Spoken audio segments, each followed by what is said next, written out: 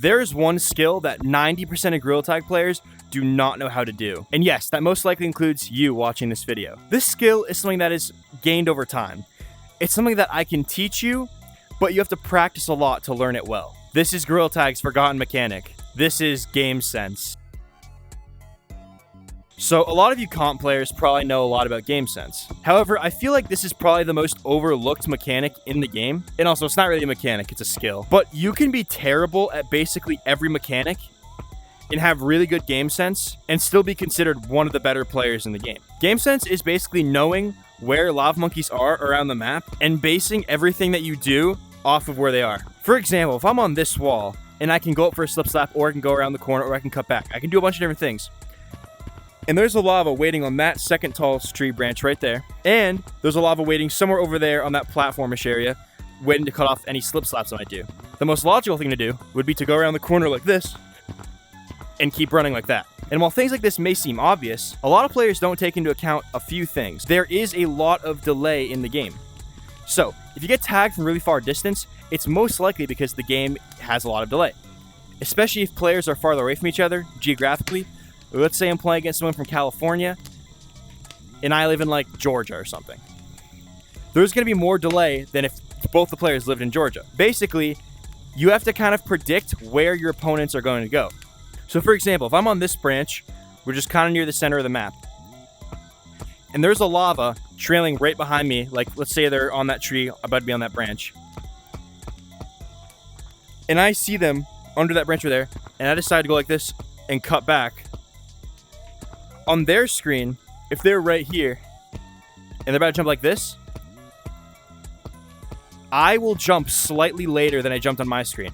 And that might sound weird, but basically it lets them tag you easier.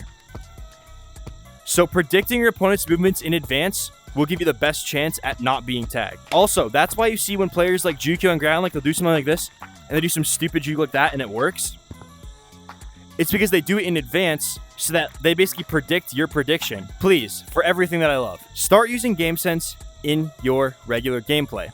And for those of you who play competitive scrims, take it more slow. Don't rush. Don't worry about going as fast. Just play your Gamesense. Because I promise you, if you're actually good and you actually do have good Gamesense and you know what's happening and where the lavas are and what to do, you will succeed and you will not get tagged. I'll give you guys an example. Let's say I'm up here on Tall Plat.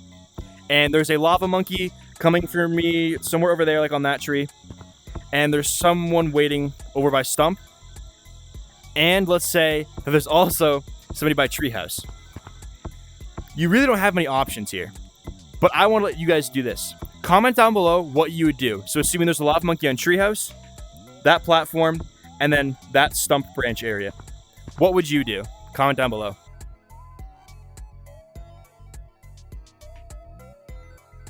What I would do in this scenario is get height. Because height puts vertical distance in between you and your opponents, and vertical height is harder to get than horizontal height. So what I would probably do is something like this. Go up here. And at this point, the person on Treehouse may try and jump onto the wall to cut me off. So I would continue going up this tree, and at this point, if they're a good lava monkey, they'll be on this wall. Now, they're either going to wait for you right there, or they're going to try and slip slap up here. But remember, if you see them go on slippery walls to try and slip slap up here, you have to predict their prediction. Because slip slapping makes you go very fast. So if you see them go on slippery walls, basically instantly jump back onto here.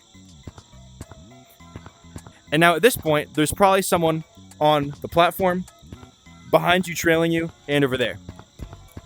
So from here, there's not too many things you can do, but the best thing you can probably do is go around this corner like this and continue going here. Because now you basically have a free rotation unless they cut you off with that long jump. But again, just small decisions like that can make all the difference when it comes to surviving in public lobbies and in scrims. And also, not for nothing, in public lobbies, players aren't going to be moving as fast, so you can definitely get away with way more things than if you're in a comp scrim. To wrap up this video, I'll say this. What do you guys want to see? Do you guys want to see more public lobby videos, scrim videos doing only specific stuff, more tutorials, or more challenges with Shiny Rock rewards, and just solo challenges in general? Let me know in the comments down below. Thank you guys so much for watching.